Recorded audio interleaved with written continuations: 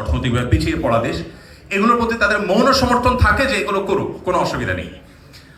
Digital asset সাধারণ অ্যাসেটের মতোই। সাধারণ কোনো অ্যাসেট যদি আপনি কাউকে অনুমোদন করেন, আপনি as a Malik, as a ওনার, তাহলে সেক্ষেত্রে তার জন্য হালাল। আমরা এটাকে সুন্দর একটা ছোট একটা উপমা দিয়ে বুঝতে পারি। গ্রামে অনেক গাছের নিচে অনেক ফল পড়ে থাকে।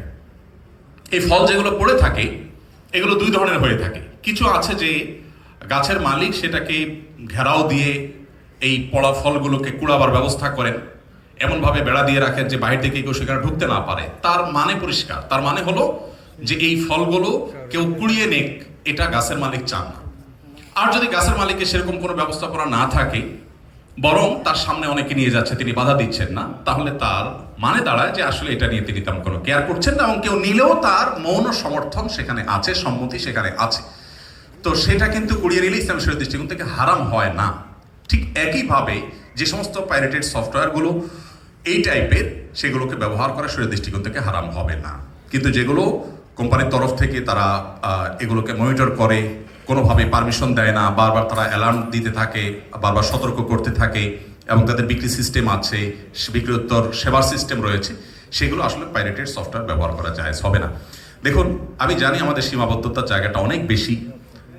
আমাদের এই দেশ থেকে সফটওয়্যার কিনে তারপরে সব কাজ করে তারপরে ফ্রিল্যান্সিং করে তারপরে লাভ করা খুব জটিল, এইটুকু আমি বুঝি।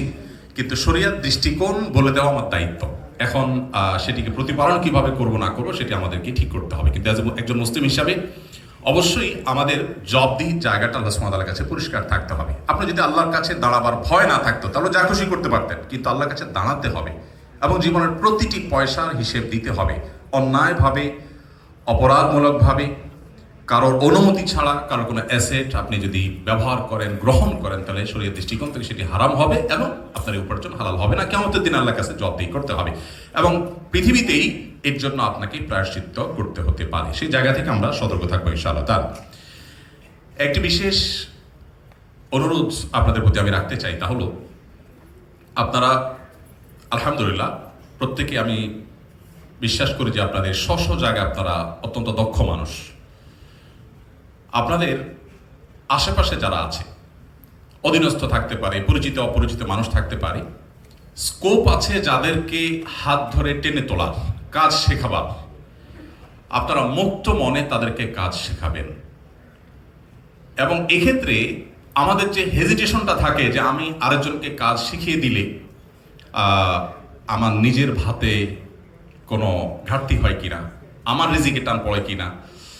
মূলত একজন মুসলিম হিসেবে আমরা সবাই বিশ্বাস করি আল্লাহ সুবহানাহু ওয়া তাআলা আমাদের জন্য যে রিজিক বরাদ্দ করে রেখেছেন সেটা আমি ভোগ করেই দুনিয়া থেকে যাব, এটা কেউ নিতে পারবে না।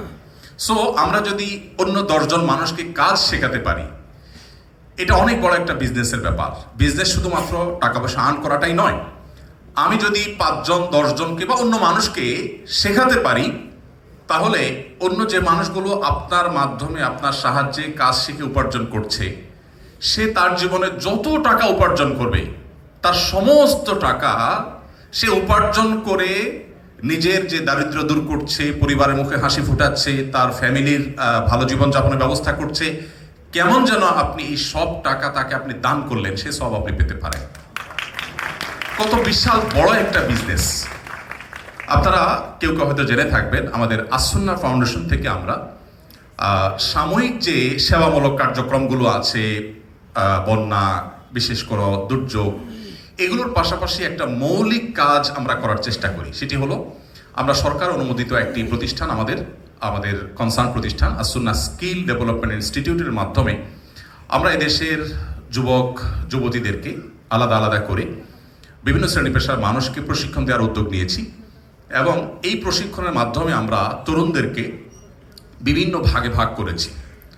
যারা একেবারেই স্বল্প শিক্ষা পেয়েছেন, অনেক বেশি একাডেমিক শিক্ষা অর্জন করতে পারেননি, সুযোগ পাননি, তাদের জন্য আমরা ড্রাইভিং ট্রেনিং স্কুল করেছি।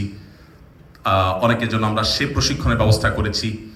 অনেকের জন্য আমরা নির্মাণ শ্রমিক এর ট্রেনিংয়ের ব্যবস্থা করেছি। এগুলো আন্তর্জাতিক মানের ট্রেনিং।